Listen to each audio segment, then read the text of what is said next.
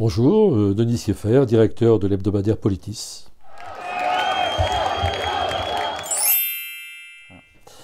Alors vous venez de fêter vos 30 ans, comment va Politis? Politis va pas trop mal, même peut-être n'a jamais été aussi bien, parce que parfois on a été très mal, et une période très très dure. Donc finalement c'est un peu c'est pas l'âge d'or, ça serait vraiment se vanter, hein. On est très fragile, toujours très fragile, mais on survit et on a quelques années de visibilité devant nous. Je dirais un certain confort journalistique, faut rester très modeste, hein. C'est quoi l'avenir de Politis justement? Comment vous réfléchissez les 30 prochaines années? Ah, les 30 prochaines années, je ne sais pas, parce que c'est 2 siècles dans la presse, 30 ans. Mais on y réfléchit parce qu'on est obligé d'y réfléchir, hein, parce qu'il y a des mutations très importantes, il y a des comportements de lecture qui changent, il y a cette crise gigantesque de la distribution qui va nous obliger probablement à prendre des décisions très difficiles par rapport à la vente en kiosque. Donc on est obligé vraiment de valoriser le numérique, hein. Bon, de toute façon, c'est un peu la direction dans laquelle on va, mais sans doute plus vite et plus fort qu'on ne le pensait. Et puis de s'interroger sur l'avenir du papier. Moi, je crois beaucoup au papier. Ma culture, mon âge aussi m'y invite de toute façon, hein. Mais peut-être que ça ne sera plus exactement la même formule. En tout cas, il y aura beaucoup de choses produites au quotidien, disons, sur le numérique dans les prochains mois, probablement au début de 2019. Et comment vous expliqueriez la ligne éditoriale? Qu'est-ce qui fait votre singularité finalement? Alors déjà, je conteste le mot ligne, je m'en méfie. L'histoire nous a légué quelques leçons amères sur le mot ligne. Donc moi je parle toujours, c'est un petit peu une coquetterie, mais je parle toujours de périmètre, hein. Je dis qu'on a un périmètre à l'intérieur duquel on s'entend, c'est-à-dire que l'équipe ici, on a des principes en commun bien entendu, des valeurs en commun bien entendu, mais à l'intérieur de ça, il y a une souplesse et disons une grande liberté en fait d'action pour chaque journaliste. Et il y a donc pas une ligne au sens post-stalinien, je dirais, du terme, on se méfie de ça. Bon, ensuite, pour ne pas esquiver la question, je dirais que Politis est né de l'intuition que l'écologie et le social allaient se croiser. Ah, on ajoute à ça l'anticolonialisme, les relations nord-sud, etc., etc. On dit plus ça comme ça maintenant, mais enfin, le contenu est toujours un peu le même. Donc ce croisement entre l'écologie et le social, Politis l'a eu très tôt, dès son origine. C'est ce qui a fondé Politis, autour de Bernard Langlois et de quelques autres. Et finalement, cette intuition, elle s'est vérifiée. Et elle est toujours au cœur de notre pratique, hein, même si les choses ont évolué en termes de composition et de paysage politique. La presse dite alternative, là aussi je ne suis pas sûr des termes, mais elle connaît quand même chaque jour toujours plus de difficultés. C'est une presse à l'économie précaire, on le sait, nous à Regard aussi. Est-ce que vous envisagez justement à l'avenir des convergences avec cette presse dite alternative? Oui, on est ouvert à toutes les convergences, mais la difficulté, c'est qu'on s'en est rendu compte, c'est pas faute de le vouloir. Quelquefois, on est tous pris les uns et les autres, le nez dans le guidon, comme on dit, et puis on a des rythmes de parution qui sont différents, et on a beaucoup de mal à mettre des choses au point. On a fait des choses en commun, peut-être avec Regard, avec Reporter aussi, avec Basta aussi. Bon, évidemment, ce sont des amis journalistiques, hein, avec des valeurs que l'on partage. Maintenant, est-ce qu'il n'y a pas un manque d'ambition collective justement de la part de l'ensemble de ces acteurs qui ont chacun un public qui est quand même assez proche? Alors je ne sais pas si c'est un manque d'ambition, je ne dirais pas ça comme ça. Je pense qu'il y a une vraie difficulté. Tous ces journaux, y compris Politis, hein, dont je disais tout à l'heure le plus grand bien, mais en survalorisant un petit peu, on est peu nombreux, on a du mal à produire ce qu'on promet à nos lecteurs chaque semaine, et donc finalement faire l'hebdomadaire, et je suppose que c'est pareil pour Regard ou pour Reporter ou pour Basta, je cite cela, c'est pas exhaustif, mais c'est ceux qui me viennent à l'esprit. On a tellement de mal déjà à produire ce qu'on promet à nos lecteurs que se rencontrer, partager des modes d'organisation, c'est très compliqué. Mais dans le principe, c'est évidemment tout à fait souhaitable. Il va bien falloir qu'on y arrive. Il y a un petit nouveau dans le paysage médiatique, c'est le média. La presse, la promesse qui était la promesse du média de donner une information différente, a-t-elle été tenue selon vous? Alors, une information différente, sans doute.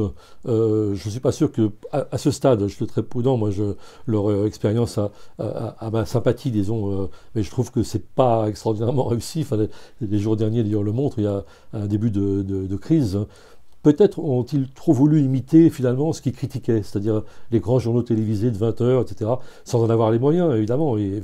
Mais peut-être est-ce là une difficulté. Et ensuite, je dirais que, et là peut-être que je vais heurter certaines sensibilités, mais les grands médias, je regarde moi, les 20 heures, moi, à la fois par intérêt et puis aussi pour voir ce qu'on donne à manger, comme on dit, à l'opinion publique, sont pas si stupides que ça. C'est-à-dire qu'ils ont aussi évolué. Je vois le journal de 20 heures de la 2, il fait beaucoup de sujets sociaux maintenant. Alors, il les fait évidemment pas comme le média le fait ou comme Politis le ferait, etc. Mais ils le font quand même. Il y a une intention, il y a une évolution qui, disons, caresse un peu l'opinion et épouse les évolutions. Et il faut en tenir compte. Il y a un sujet qui a créé la polémique justement au sein de Le Média, c'est le traitement, ce qui a fait que d'ailleurs Noël Mamère a souhaité quitter la rédaction, qui est le sujet syrien. Vous qui êtes un spécialiste de ces questions géopolitiques, comment vous analysez cette volonté du média de ne pas traiter justement ce conflit sous l'angle de l'image, sous prétexte de sensationnalisme? Oui, alors, prétendre ne pas le traiter, c'est le traiter.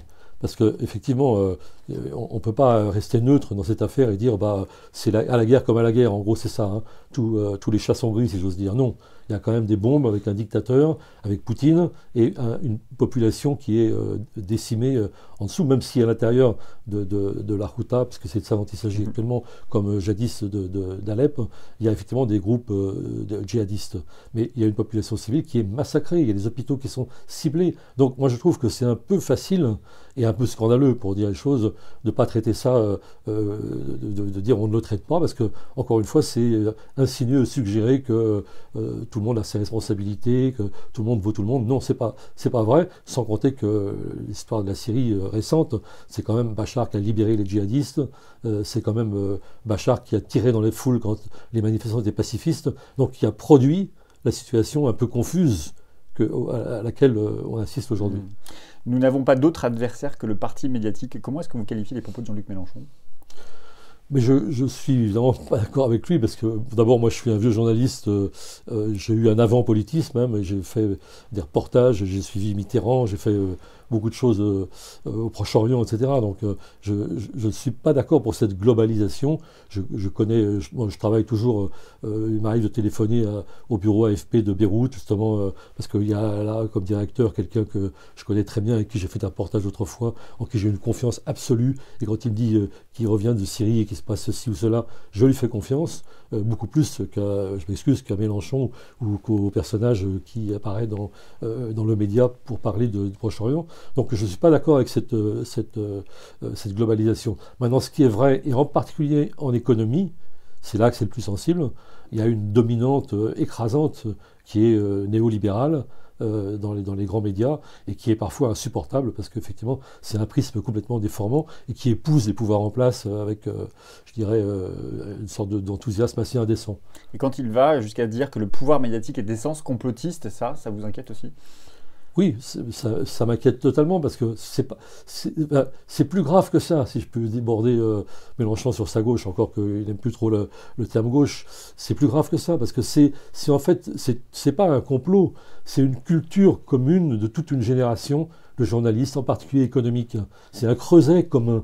C'est ça qui est... Et ça, c'est beaucoup plus difficile à déjouer ou à retourner que s'il s'agissait simplement d'un complot. Évidemment, ces gens ne se réunissent pas dans une cave pour ourdir un complot contre l'opinion publique. C'est pas comme ça que ça se passe. C'est plus profond que ça. Et donc, c'est un combat culturel de longue haleine. Après les hommes et les femmes politiques, les hommes et les femmes journalistes sont sans doute les plus mal aimés des Français. Ça explique aussi pourquoi Jean-Luc Mélenchon insiste tant sur ce combat contre ce monde des médias dominé par 10 grandes superpuissances. Là, vous suggérez que ce serait de la démagogie de sa part, qu'il chercherait à épouser, disons, l'opinion publique.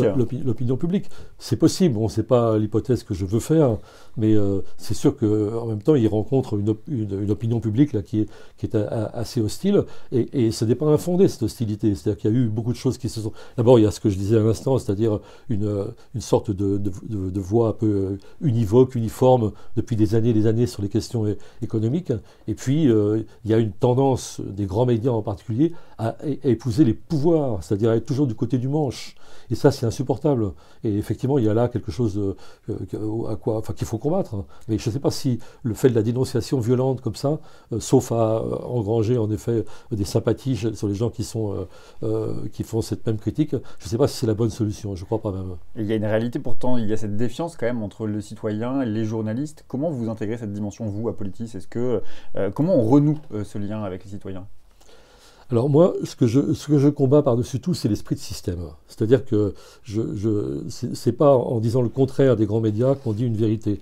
on peut très bien, en effet, avoir une vision qui est extrêmement critique et très différente de celle des grands médias. Et on l'a, évidemment, nous, en particulier sur les questions économiques et sociales, j'y insiste, mais pas seulement, mais évidemment, on intègre donc ça avec cette critique qui est, chez doute, très forte. Mais pour autant, s'il se trouve qu'on dit pareil qu'un grand média, si on a vérifié l'information, si on est convaincu qu'elle est juste, et ben voilà, la belle affaire. On ne se sent pas obligé d'être toujours tout contre. Alors hier, nous recevions dans la midinale Sarah Legrain.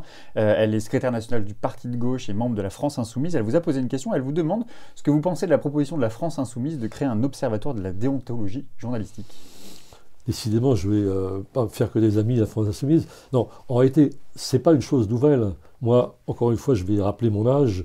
J'ai vu ça, le SNJ, la CFDT, depuis les années 70-80. Il y a toujours eu cette chimère, disons, d'un ordre, ce que j'appelle, moi, méchamment, c'est un peu polémique, j'en conviens, un ordre de journalistes, c'est-à-dire des comités d'éthique, etc., et de déontologie. Je me méfie de ça. C'est pas que je pense qu'il n'y a pas à faire dans ce domaine, beaucoup à faire. Mais je sais que ceux qui seront dans ces comités, ne seront pas forcément légitimes. Et on retrouvera toujours des gens qui finalement sont proches du pouvoir, sont des intellectuels qui sont établis, ceux qui envahissent les médias, etc. Donc j'ai pas trop envie d'avoir ça, et je me dis finalement le remède risque d'être pire que le mal. Alors j'ai une dernière question de Lucifer. Vous venez de publier et de sortir un hors-série spécial mai 68. Il y a cette interview passionnante du sociologue Geoffroy de la Gannerie qui dit, je le cite, « Si nous perdons tous nos combats depuis 3 décennies, c'est peut-être parce que mai 68 a instauré une imagerie qui nous empêche de faire exister un présent puissant. » Vous partagez son analyse ? Je crois, oui. En même temps, je l'ai découverte en le lisant dans Politisme. Donc, mais en fait, je me suis dit, il n'a pas tort du tout. C'est vrai qu'on est tous toujours dans le mythe de la grève générale. J'en parle même cette semaine à propos de la SNCF. C'est-à-dire qu'on risque d'avoir en effet un mouvement d'ampleur. Pour autant, est-ce que ce sera une grève générale ? Forcément, toujours, on se réfère à mai 68, et comme la sociologie a changé, que les concentrations ouvrières ont implosé, que c'est plus pareil, il faut probablement, en effet, chercher d'autres formes de lutte, qui existent d'ailleurs, on l'a vu, il y a Notre-Dame-des-Landes, il y a eu une nuit debout, de façon un peu plus microscopique, mais enfin, c'est intéressant de façon embryonnaire, mais je crois en effet que ça nous encombre, cette mythologie, et ça nous voue à l'échec, et à des paris un peu déceptifs, comme on dit. Merci beaucoup, Denis Siffert. Demain, Pablo Pio-Vivien recevra la philosophe Cynthia Fleury. Vous avez une question pour elle ? Je me souviens qu'il y a un peu moins d'un an avant la présidentielle, elle était intervenue sur la présidentielle pour constater qu'on était dans une démocratie inachevée. Alors je vais lui proposer un jeu de mots. Est-ce qu'un an de Macron a achevé la démocratie ? Eh bien, nous lui transmettrons la question. Merci beaucoup. Merci à vous.